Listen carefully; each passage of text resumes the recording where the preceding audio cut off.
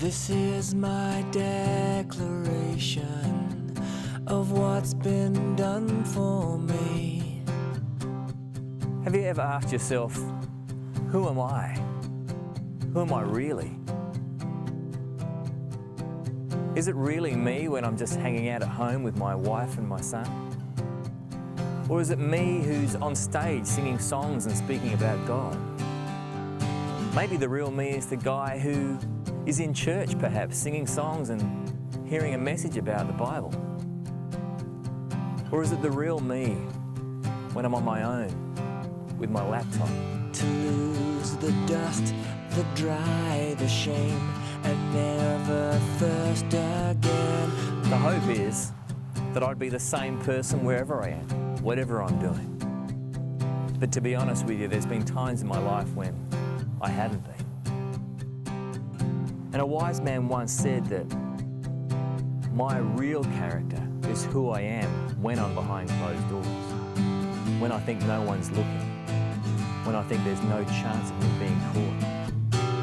I'll stand and I'll sing of the grace shown to me, grace shown to me so I can live. This is my declaration.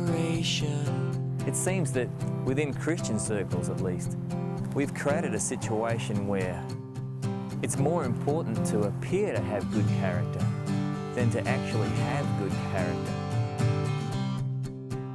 We seem somehow to be able to accept a significant difference between the person we are when we're in public, when we're in church even, singing songs about God, and who we are behind closed doors. A healing restoration. There's no shame. I am broken. Yet we've got to recognise that Jesus calls us to lives of exemplary character, purity, holiness, even compared to Jesus himself.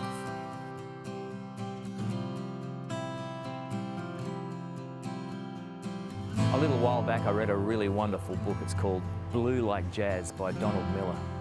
If you haven't read it, check it out, please. And in that book, Donald Miller presents a very simple three-step process. I think he's trying to describe something of what it means to be a follower of Jesus, a disciple of the Christ. And he says that step one of this three-step process is somehow mysteriously, wonderfully, I have a sense or some concept of God loving me. Step two is that because God loves me, I can't help myself but love him in return. And when I love God, step three, that's when I want to live the way he asks me to. It's so easy for us to get those out of order, but that's the only way it works. God loves me, so I love him. When I love him, I live the way he asks me to. There must not be a difference between who I really am and who I try to appear to be. If there's a chasm between who I am behind closed doors and the way I act when I'm outside, it's got to change. My declaration. Let's swim more deeply into the mystery of a cosmic romance with the Creator of the universe. Let's allow our obedience to spring naturally out of that loving relationship. My declaration.